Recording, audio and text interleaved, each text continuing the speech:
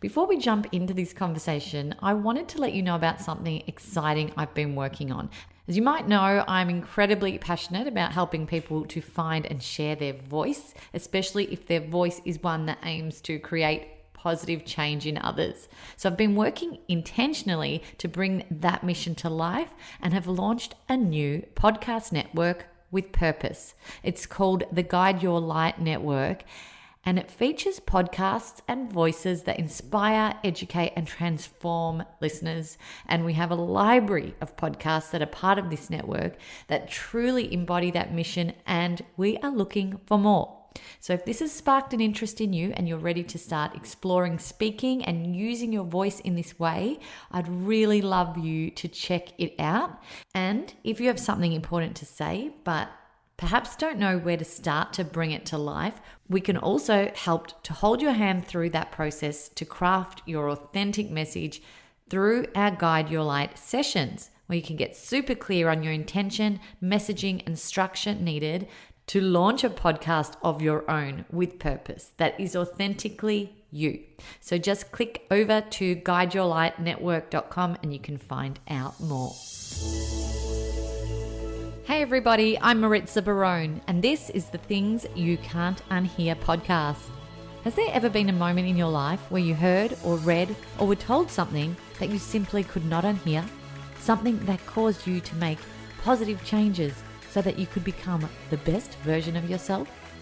Well, we share this show with access to inspiring and empowering humans who will motivate you to become the happiest, healthiest, kindest, and most compassionate you. Sit back, settle in, and let this be the day you hear something that simply cannot be unheard. Hello friends, welcome back to the podcast, Things You Can't Unhear. Now I'm jumping on today. I am sharing this episode literally the day after we record it. I've recently had a series of unexplainable experiences happen to me in the way of premonitions, intuitive feelings, and even unidentified smells and scents in my bedroom in the middle of the night. And you know what? I've always been somewhat intuitive, but I've held back from strengthening that muscle for some reason, probably fear. So I've invited a good friend of mine on the show today. Her name's Liz Volpe, to help me to understand what these experiences were and what they mean. Now, Liz has actually been on this podcast in the early days when we launched a few years ago, but she wore a very different hat back then as a successful businesswoman and social change entrepreneur and speaker. Today, she calls herself a psychic and goes by the name of the Masked Medium after a series of events occurred in her life. She shares her story today about her spiritual awakening for the first time since she became, shall we say, unmasked. We discuss how she now communicates with spirit on a regular basis, countless stories of helping others to heal through messages from past loved ones, and how we can use automatic writing to channel spirit messages ourselves. Over the past 12 months, Liz has given over 100 spookily accurate readings to people and has provided closure and insight into their lives. I can't wait for you guys to jump into this conversation with Liz. Let's keep the discussion going. I would love to hear if any of these experiences have happened to you in the form of feelings or premonitions or senses that you can't explain. Let me know. Hit me up at Maritza_Barone. I would love to hear from you as well. So enjoy this chat with Liz. Ooh, I've already got tingles. Welcome, Liz Volpe, to the Things You Can't Unhear podcast. Thank you. I am so excited. I don't know why was it.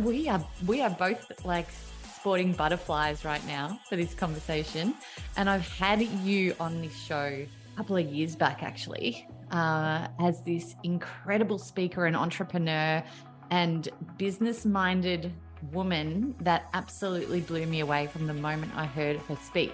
And I don't know, I've always been captivated by you, Liz, for some reason. I just think you are so special. But you've done a whole 360 in your life recently. and you've had huge transitions, and you are now, what would you call yourself now? I'll let you introduce yourself. Goodness, that's such a hard question. I mean, I feel like if I'm really speaking my truth, I guess right now I am a medium.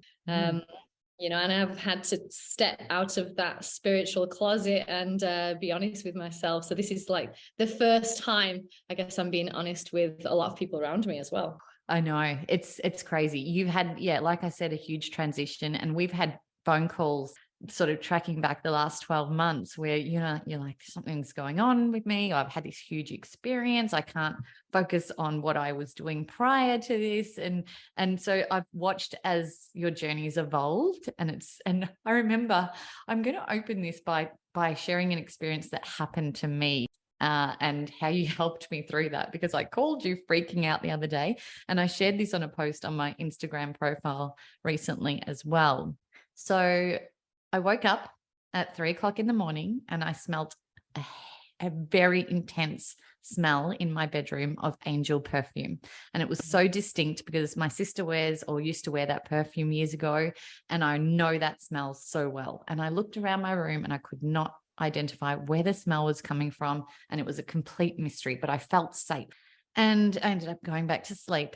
The next night, woke up again, smelt jasmine flowers very strongly, looked around my bedroom again, couldn't see anything, couldn't feel anything different, but I could smell this intense, like I've never smelt so intensely a scent like this, and smelt jasmine flowers.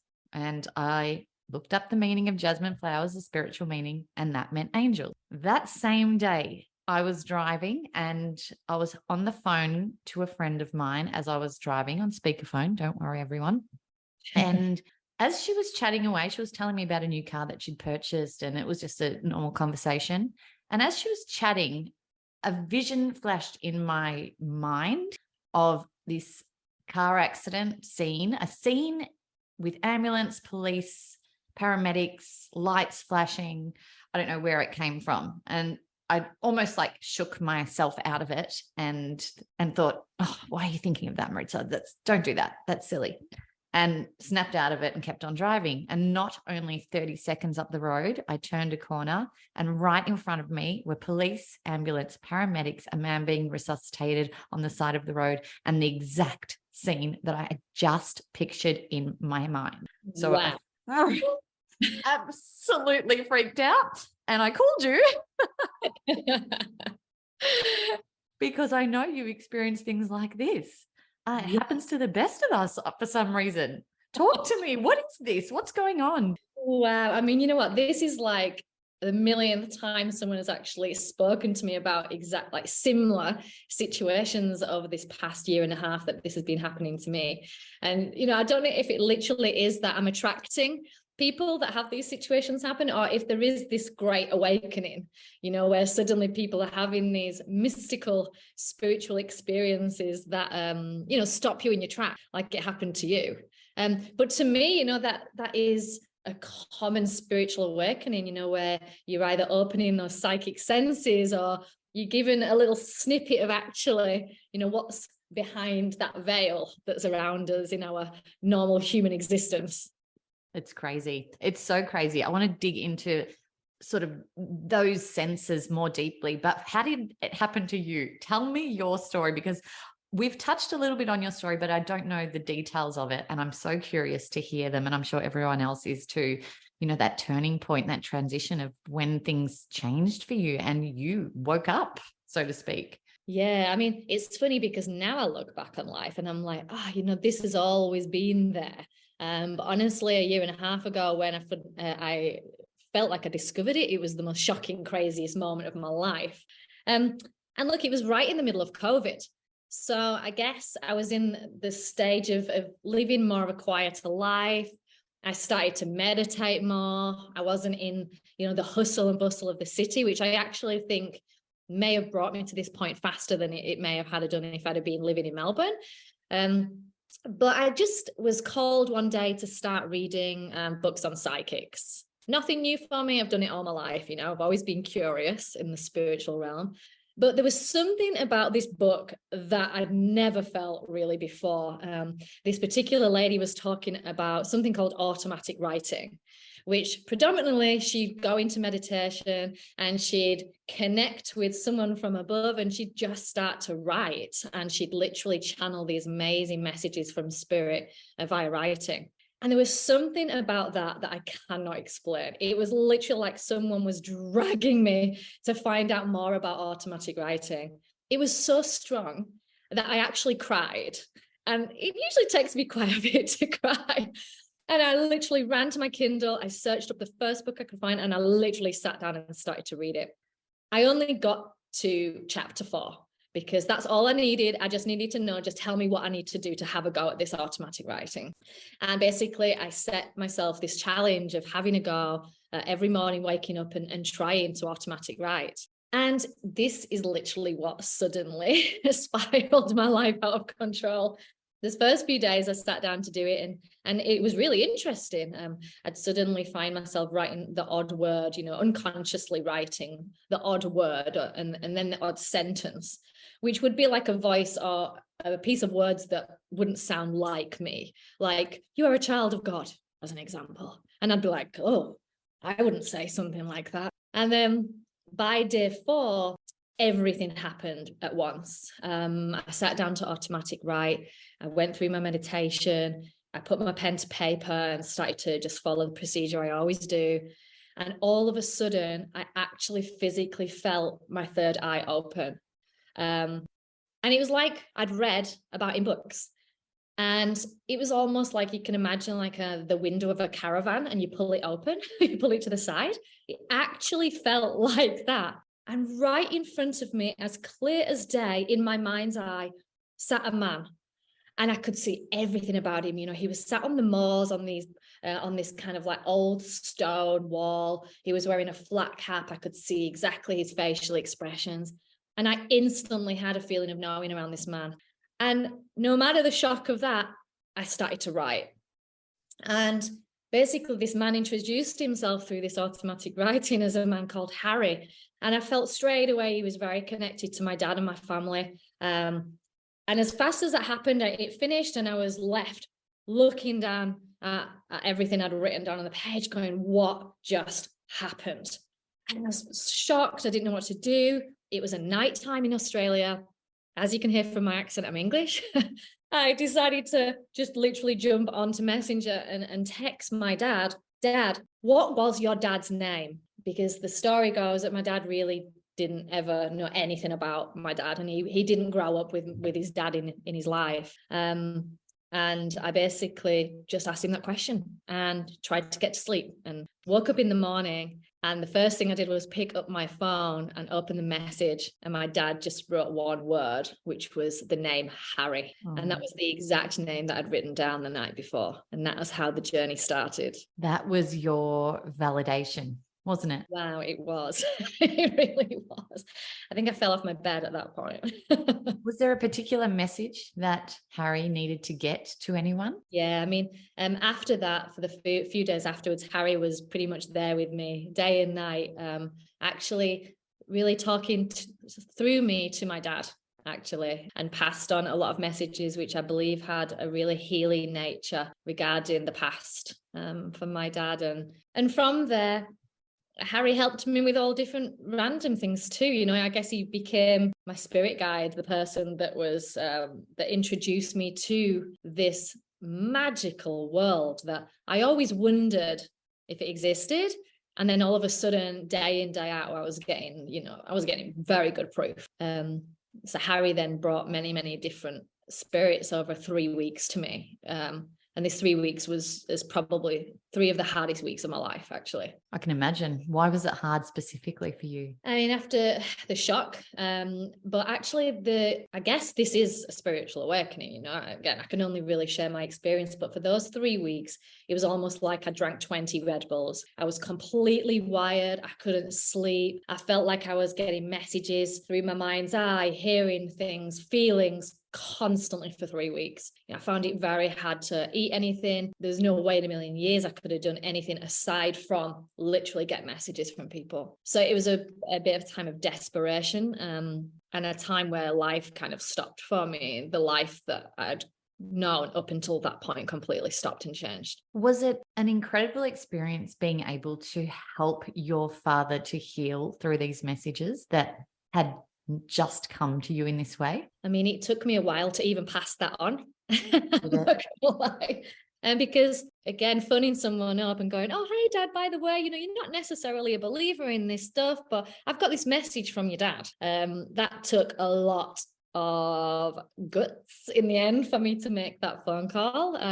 So it took me a few months. But what happened up until that point was I started to pass messages on to people that I felt were more open, or it was easier for me to share different messages that I was getting to other people. And I was getting so much validation that eventually, with Harry coming through to me as well and giving me these soft nudges, I knew that it had to get to the point where I had to share it. So since that time,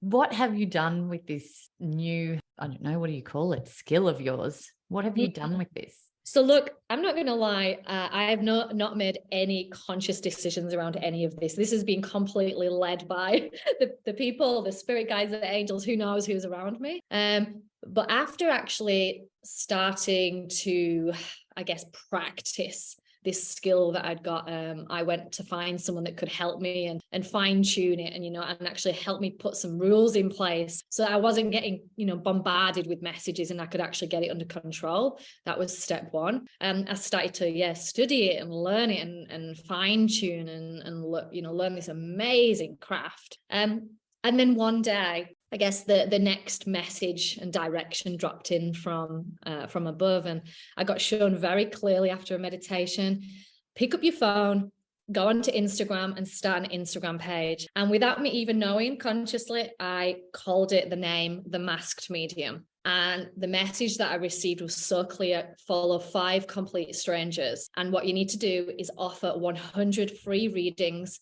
with complete strangers. So I literally set this Instagram page up, followed 5 people, and throughout there, would anyone like to speak to somebody in spirit? And for 3 months, that's literally all I did. Was make spirit connections for complete strangers, almost like in spiritual boot camp, for maybe the next step that kind of came months after that. So were these readings accurate? Were you delivering messages that, resonated with them? Mind blowing. I mean, every day I'd sit there and I'd be in shock. I've delivered messages that literally would just absolutely blow your mind, not just with the accuracy, but the funniest things, where if spirit really wants to show you the round, they'll bring up, something that you've done in your day. Yesterday when you were cleaning your windows and you looked out and you saw, that car, that green car, they'll point out things that make it so loud and clear that they were with you at that point. And, names is a huge one. I get names very clearly. I've been able to sit there only last week and got a message loud and clear. Do I need to say happy birthday to you? Your dad's here with me and he wants to say happy birthday, and seeing the joy and the love that can give someone. Wow, it's just priceless. It really is. I can imagine. I've got to ask, what about the fear side of it? Because that sort of does come in a lot. And, we're in other circles together and we discuss this side of fear that, a lot of your students bring up too now, because you have students that you teach. How do we combat that? I remember you called me once when you were probably in that 3-week phase and you said, Maritza, I haven't slept. My bedroom is the place where it's all happening. My husband thinks I'm mad. It's all going on at night in there, not what you think it is going on in there. How did you deal with that? It's so scary. And I think what happened was the fear came from, what I'd been brought up with, watching ghost films or, scary movies, and actually being a young girl feeling spirit. That's what came to me, that fear of the unknown and feeling like suddenly I'm surrounded by people. And then, being laid in bed and having to wake my husband up in the middle of the night because I suddenly have someone that's trying to get a message to him. And I operated out of my bedroom, and I learned and got the advice very quickly from a mentor: no, don't do it in your bedroom. You know, that's your place of rest. I had to go and cleanse my room.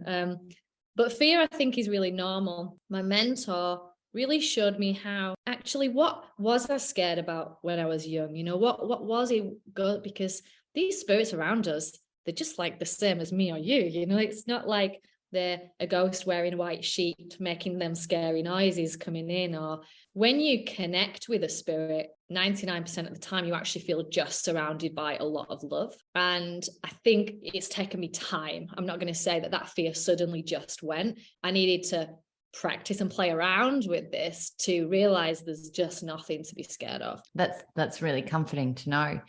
Did you ever feel like you might be going crazy and you were doubting yourself at time? It's an interesting question, this, and it's a lot more complicated than it seems. I never thought I was going crazy, although I'd start many sentences off by going, I know you think I'm going to be crazy, but you know, this sounds really, really stupid. But the hardest thing that I still even deal with today is the doubt, because I can get messages that can come at any time for me. And, you know, the rational thinking mind will always go, oh, don't pass that message on. You know, what if it's wrong? Or, you know, that can't be right. But you literally have to get to the point where you go all in, you know, whatever comes, you say it. And it can be funny things. You know, I was in the middle of a meditation circle, and I had the spirit of a lady that was basically, spirits don't stop unless you say it out loud. You know, if they want to say something, they want to say it. And it feels like, for me, like I really need the toilet.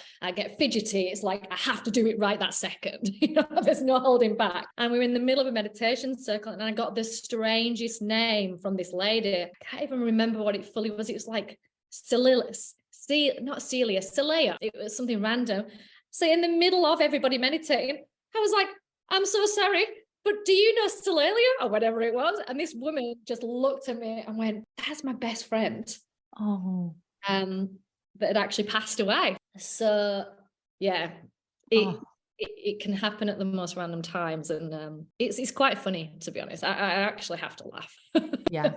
And, you know, when you get that validation from people, you know, you're not going crazy. You're like, how can I be going crazy? And like you said, it was it's probably others who are skeptical or have that you know, that thought that they don't believe, or, you know, nothing like this has really happened to them, or they haven't picked up on it, that, you know, they're the ones that probably think you're crazy. But as long as you know you're not, and this is actually real and this is happening. That's right. You know, it took me a long time to have the confidence to be able to start telling people, you know, because I'd been known by many and by myself as a businesswoman, you know, doing what I do in the world. And this was so left of field for me. And, you know, a lot of the time I went through, people are going to be really skeptical. People are going to think I'm crazy, you know, do I want people to think that of me? But after such a long time doing so many readings, like, this is actually my truth now. Like, I have 1,000,000% belief in what happens because I've seen way too much evidence, right? So it's not my problem if someone doesn't believe. All I ever ask is just open the door slightly and get curious about this, you know, because the more open your minded are, the more magic that can actually start to happen to you. Because this stuff can happen to everyone. I really believe that. I remember when you called me, it was about 6 months ago, and you said, going to happen to you too.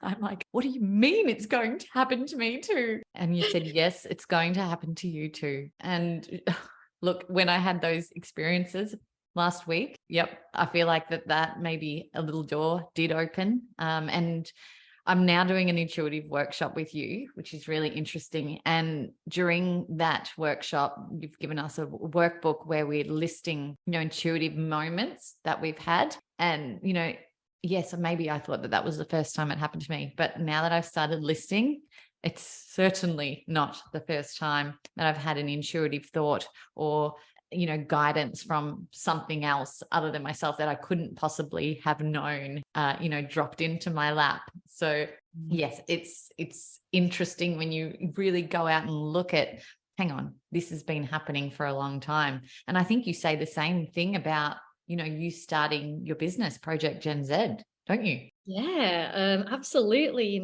because our psychic senses pick up on things constantly.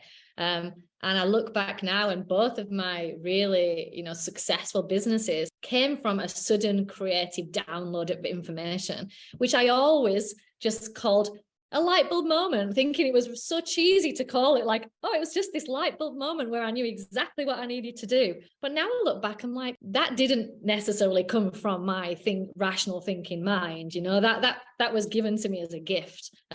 So information can come in the form of ideas, in form of nudges, those gut feelings, those hunches, and we all have them.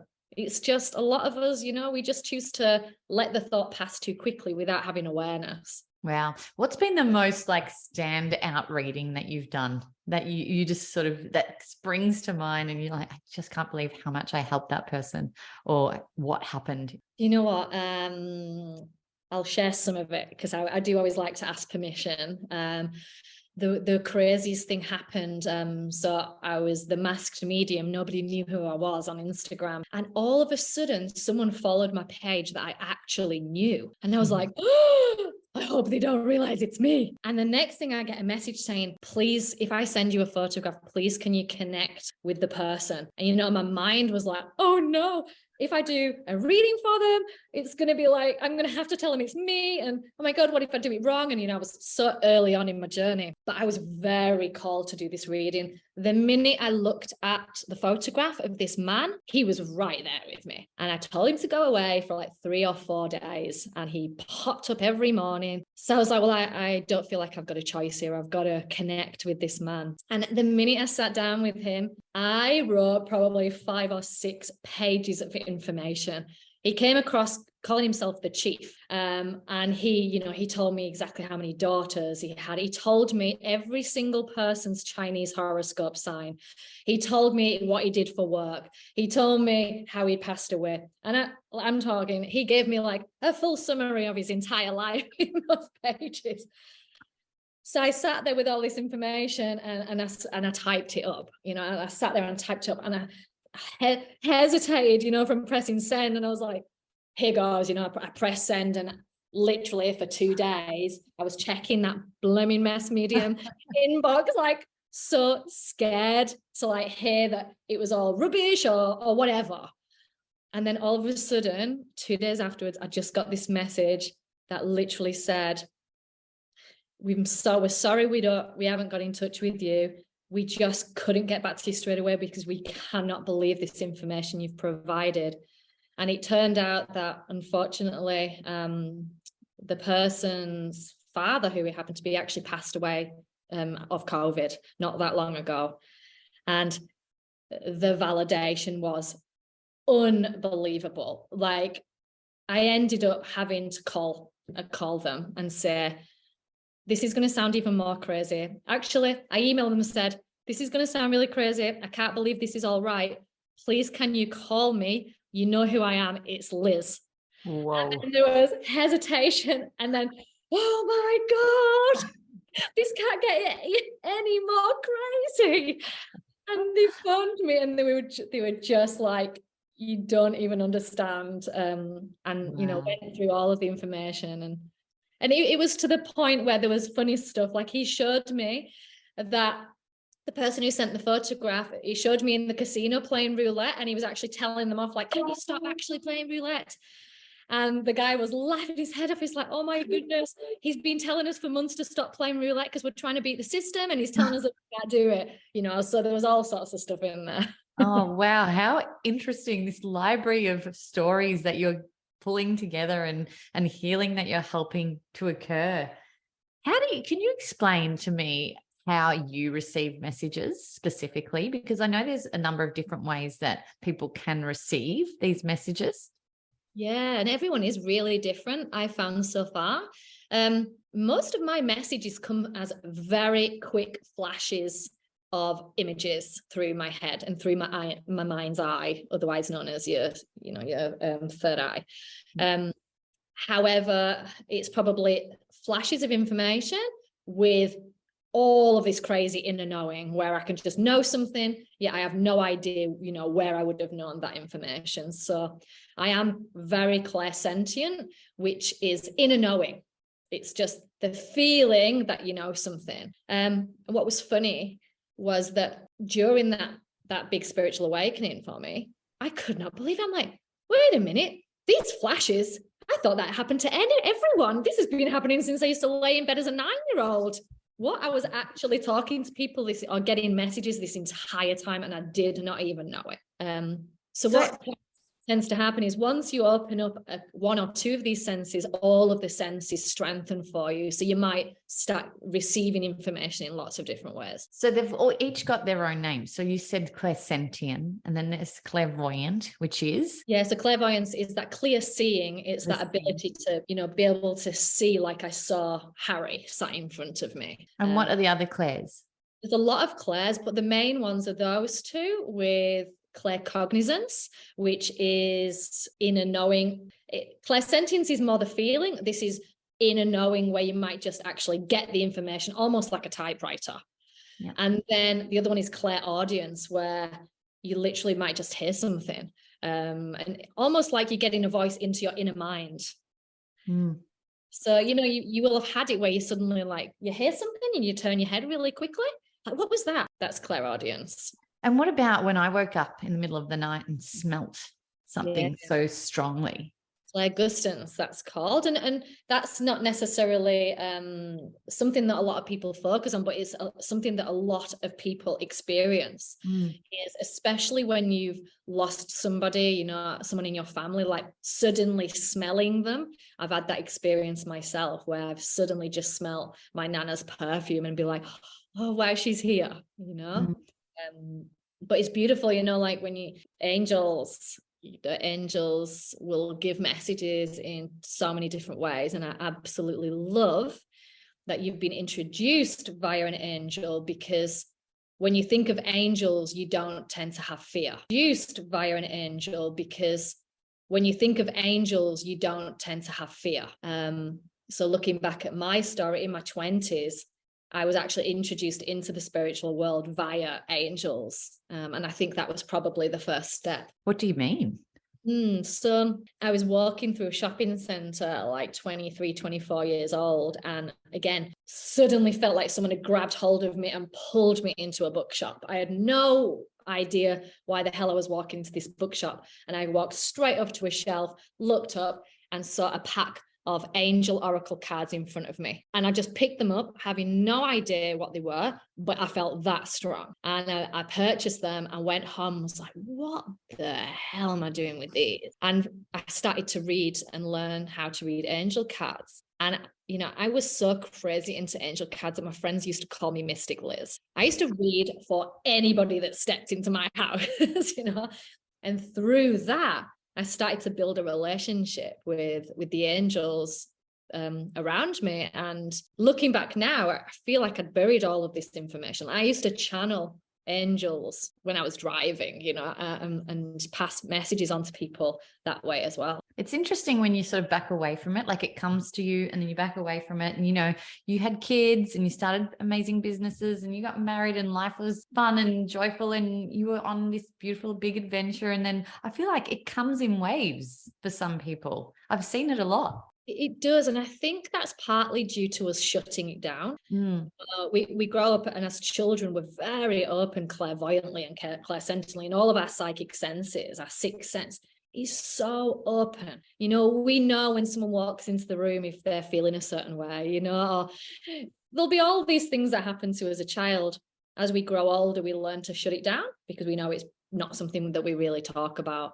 So as an adult, we go in those ebbs and flows of getting curious again, and potentially, whether it be we're introduced to another book, or we overhear a conversation, or a friend shares something mystical that's happened to them, and you go curious. And once you're curious, it opens up your awareness. So you start to spot those signs and synchronicities. And then you get really busy and you live in your head. And the minute that happens, it just closes it all down. So if you're a busy person, living a very stressed out life where you're rushing around and you've got all of these human existence tasks to do, very, very hard to be living an intuitive life. You talked about moving. So you've moved to the coast and it's a quieter lifestyle. And I suppose, yeah, you mentioned that you think that's one of the factors of you being able to tune in more, because living in a city hustle and bustle like Melbourne is, and it's just so much energy in Melbourne right now. I feel like there's just a lot going on, and I've also moved too, so I know now the polarity between living somewhere more remote and living in Melbourne, which at the time I was like, oh, this is just normal. This is what life is. This is how busy it is. This is how noisy it is.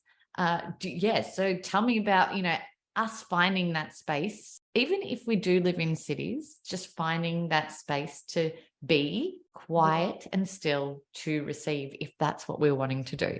Oh, and this can be done anywhere, really it's just an excuse that we're busy anywhere. Yeah.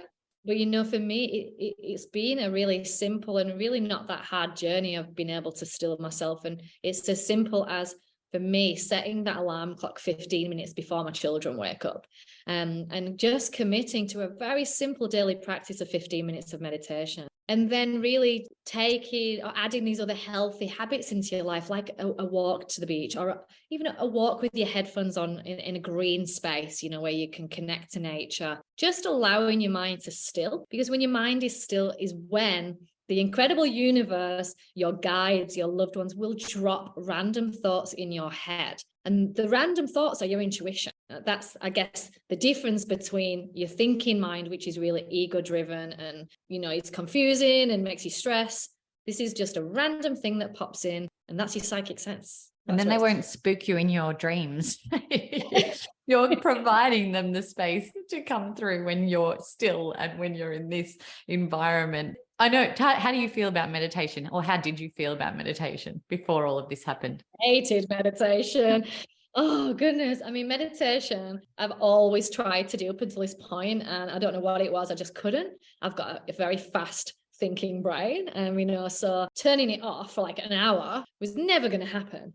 And that's why, for me, thinking of it as just this small bite-sized 10 minutes or 15 minutes, I can do that. And I've realized it's not necessarily about just stopping thinking. It's just breathing. It's about listening to a piece of music and choosing one instrument in that song and just following that one instrument from the start to the finish. It's about really feeling music. If you're someone that really loves music, don't even listen to a guided meditation. Put something on that you literally attach to.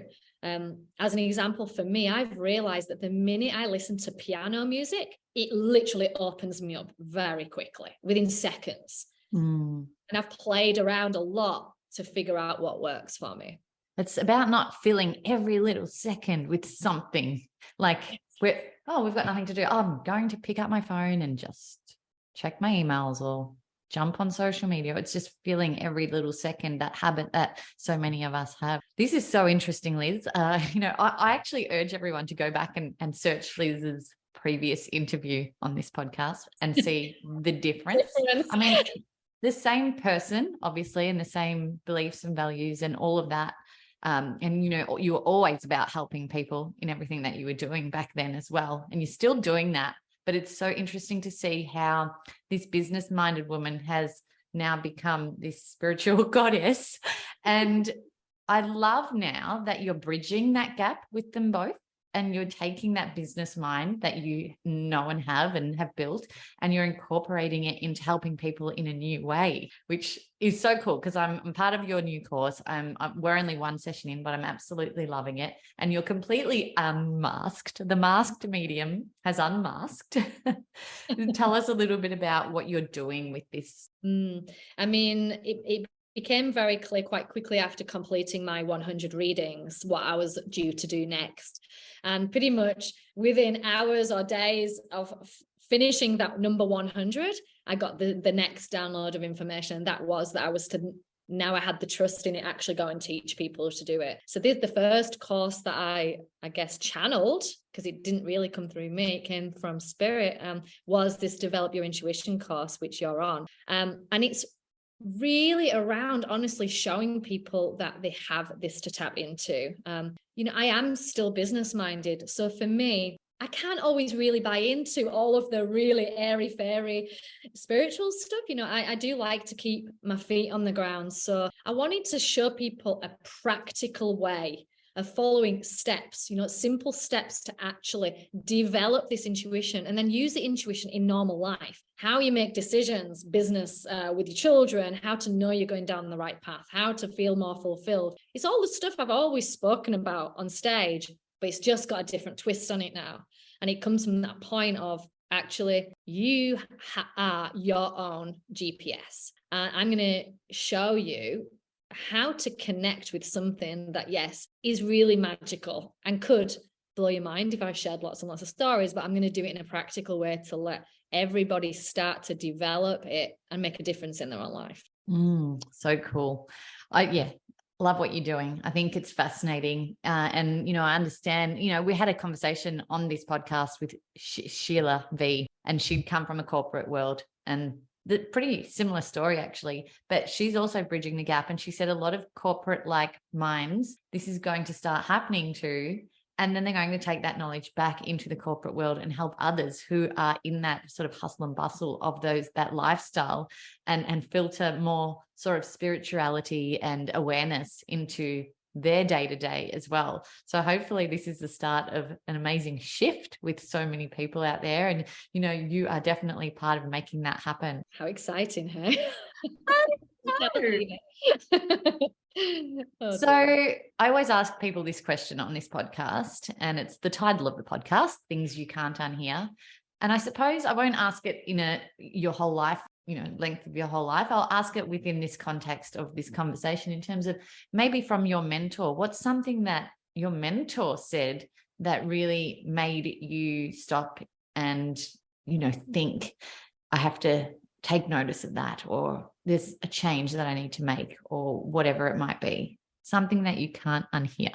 Oh my goodness, I am having like 5 million things flash through my head to even answer this question. For me, the bit to unhear was the explanation of how these psychic senses come through. Because when you really go and actually even read for more than 1 minute on any of the psychic senses, whether it be clairvoyance, clairsentience, whatever, there is literally a list of things that will have been happening to every person on this planet since they were born, that once they read, you can never go back from. So let me think of an example here. And let me going to try to tie it into you, Maritza, because I think that you're very clairsentient for a start. As you've got older, do you like crowds, or do you like to move away from crowds these days? I've always been a crowds person, and no more. I need space. Yeah. So as your clairsentience develops and you start to sense energy around you, you start to back off from crowds. That's one example of many that I can give you, and you'll be going through in the course. But there are literally lists of things that will be happening to you forever that you're like, oh my goodness, that happens to me. Wow. So all this time I've been clairvoyant and I did not even know it. You know, flashes of white light in the corner of your eye, having dreams of people that have passed over. I won't go on too much, but that to me was a big realization, and I can't ever unhear information on the clairs. I can't. It changed everything. Yeah, me too. I could talk about this for days on end. I really appreciate you coming on here and being the first podcast where you have unmasked in this way and shared this story. I think there's so many amazing things to come from the work that you're now starting to do through your new platform. And I can't wait to be by your side as you do it, Liz. So if anyone wants to reach out to you, where do they find you and how do they connect? Probably the physical world.